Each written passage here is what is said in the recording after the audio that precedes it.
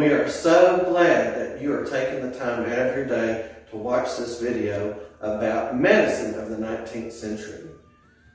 Now, the reason why we decided to do this particular video today is there's a lot of things happening in the world right now, and if you can use your imagination, about 100 or so years ago, there were all sorts of things happening during that time too. And some of us are coping with things today as best we can, but how do people cope with things in the 19th century? And that's what we're going to talk about today.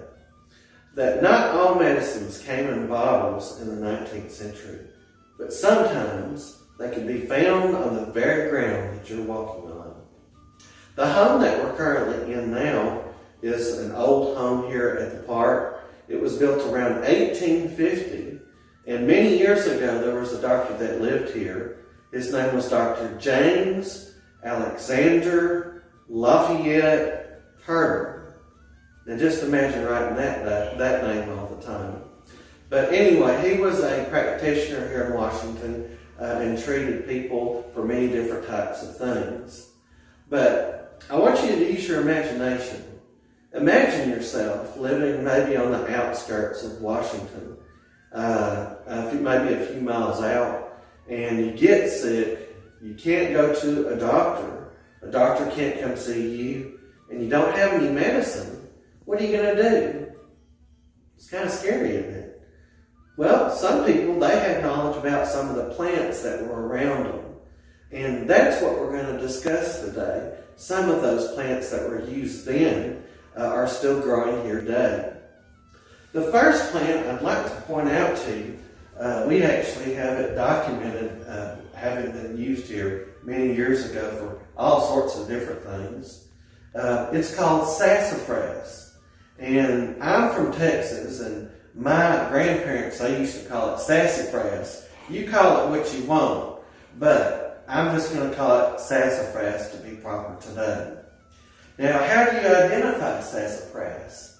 It's a very unusual plant. Actually, if you ever see a plant that's got 3 different types of leaves that are growing on the same plant, more than likely it might be sassafras. I have some old leaves here. Now these were from last year. That's why they're a little crunchy looking. But these are sassafras leaves. In the springtime, which is coming up right now, the trees will start putting out their leaves. And they're nice and green and fresh looking.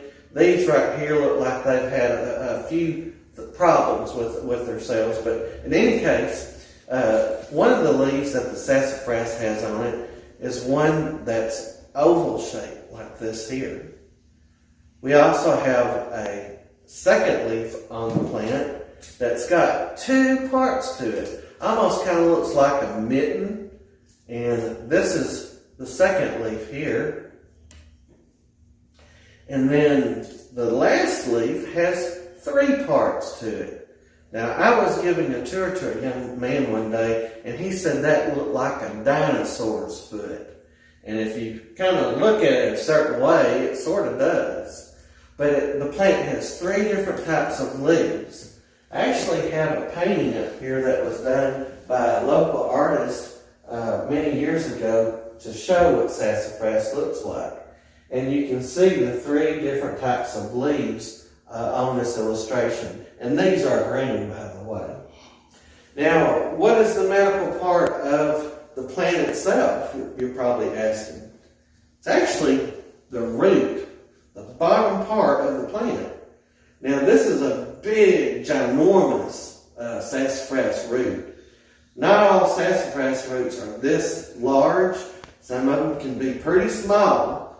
But if you were lucky enough to get yourself a big root like this one, the way you would use it would be probably to get a hammer or something hard and bash that thing up real good, that root.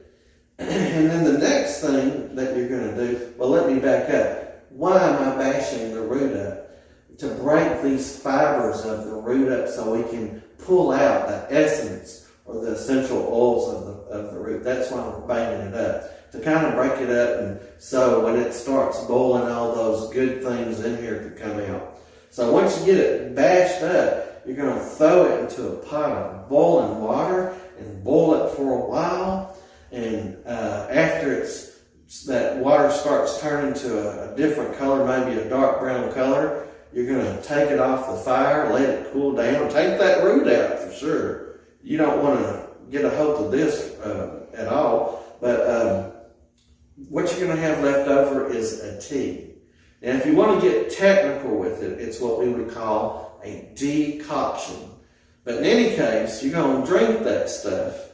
And people have used it for many years for all sorts of different things.